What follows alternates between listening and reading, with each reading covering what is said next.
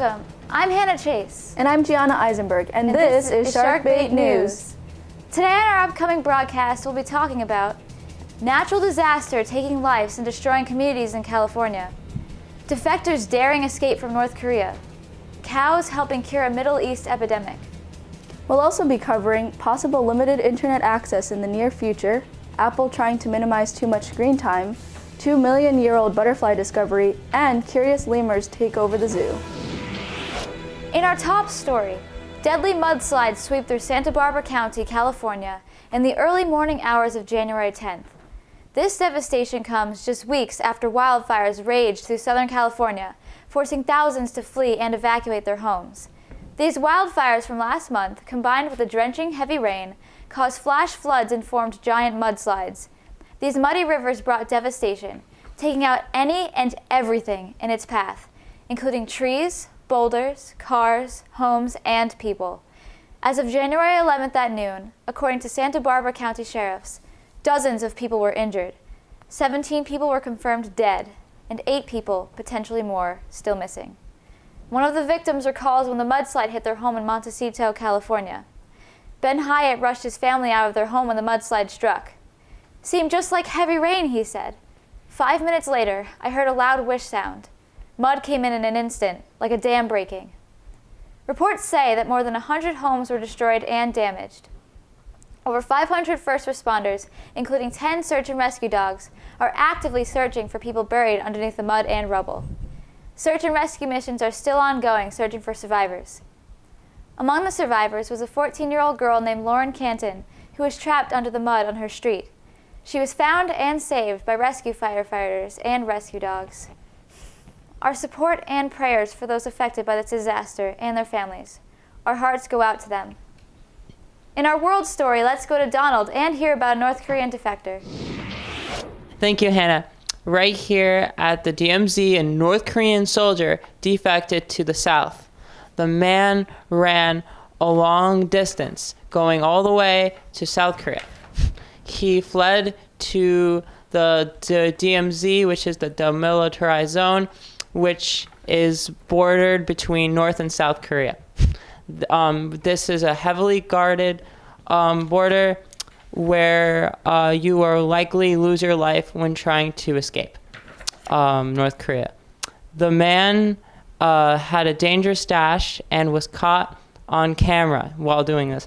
South Korean soldiers and the United States soldiers came to his rescue because of the 5 shots that he had while defecting. They came to his rescue, the U.S. soldiers and the South Korean soldiers, by using a helicopter. They headed to the Alajo Trauma Center. He was dying from the shots, and 7 of these man's organs were damaged from the bullets. There were parasitic worms found as big as 10 inches long, wandering in his intestines. The 2 major surgeries that took place had him regain consciousness. He also asked the surgeon if he was in South Korea. This occurred on November 11, 2017. Now back to Gianna at the news desk for a story on cows curing a Middle Eastern epidemic. Thanks, Donald, and safe travels home from the DMZ. In breaking news, a possible treatment for Middle East respiratory syndrome, also known as MERS. Cows were found to have human DNA in their blood, which scientists have discovered helps fight off this deadly virus. Since 2012, this disease has killed at least 740 people worldwide. MERS was found first in Saudi Arabia, but has also caused sporadic cases around the world. The first test scientists tried was injecting blood plasma from people who have strong immune systems into people who have trouble fighting off diseases.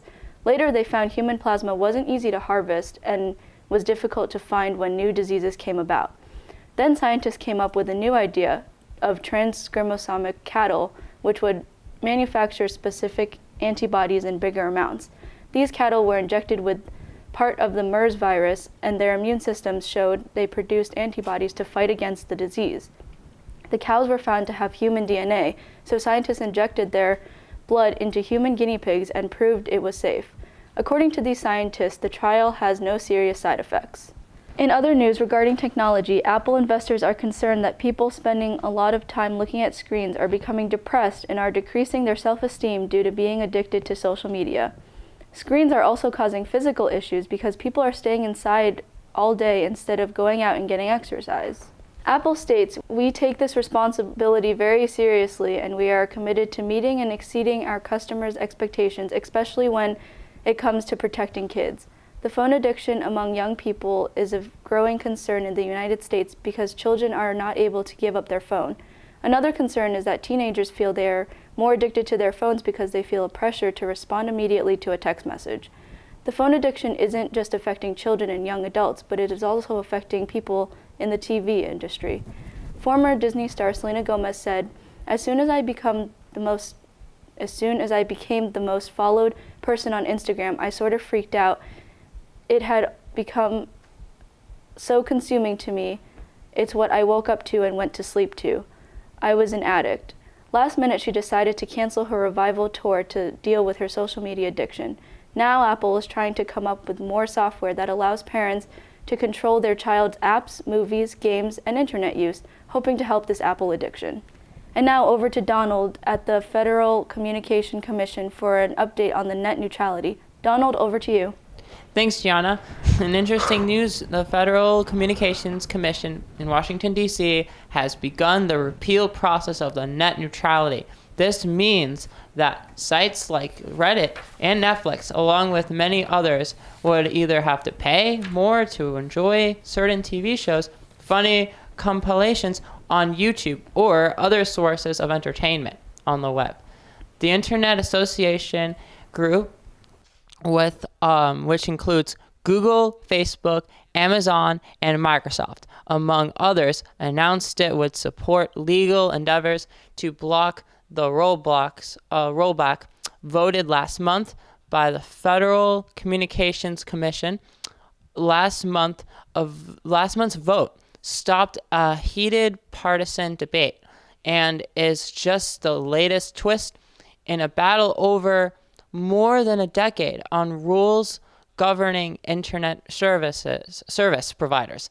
FCC Chairman Al-Jidi Pay, who pushed the latest attempt, has argued that the neutrality rule passed in 2015 served to stifle investment and innovation in a fast evolving sector. But net neutrality backers have argued that clear regulations seemed needed in order to prevent internet service providers from blocking or throttling services or websites for competitive reasons. And the rollback would increase the power of a few dominant providers to control what the users see online. In the 2015 net neutrality rules were backed by President Barack Obama and endorsed by a 3-2 Democratic majority at the time.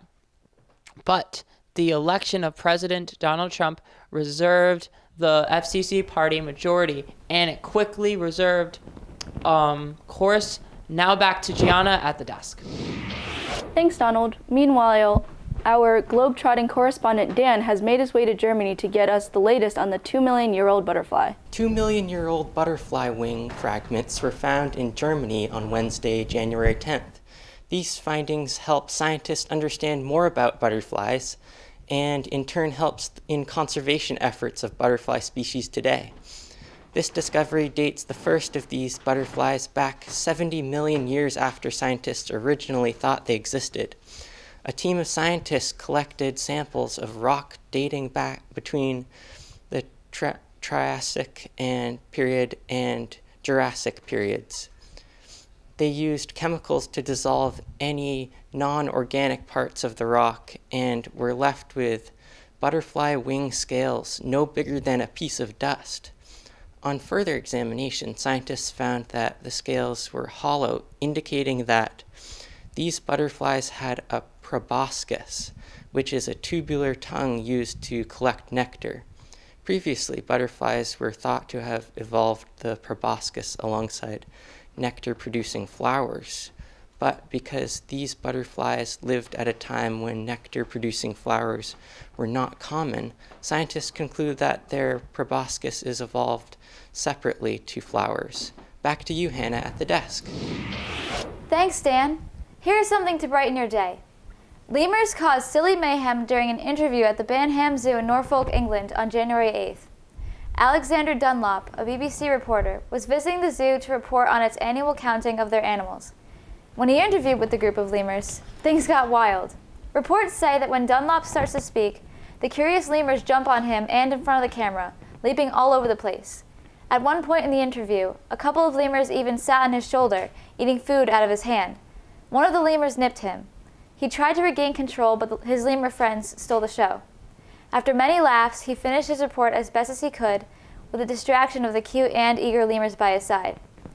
"And I'm at one of the region zoos where they're doing their annual stock takes of animals," he says. "Ow, ow. I think it's one of the more enjoyable parts of the job, counting lemurs," Dunlop says with a big smile on his face, with lemurs surrounding and climbing all over him. That does it for this week's edition of Sharkbait News. Until next time, I'm Gianna Eisenberg. And I'm Hannah Chase. Thanks for tuning in, Brattleboro.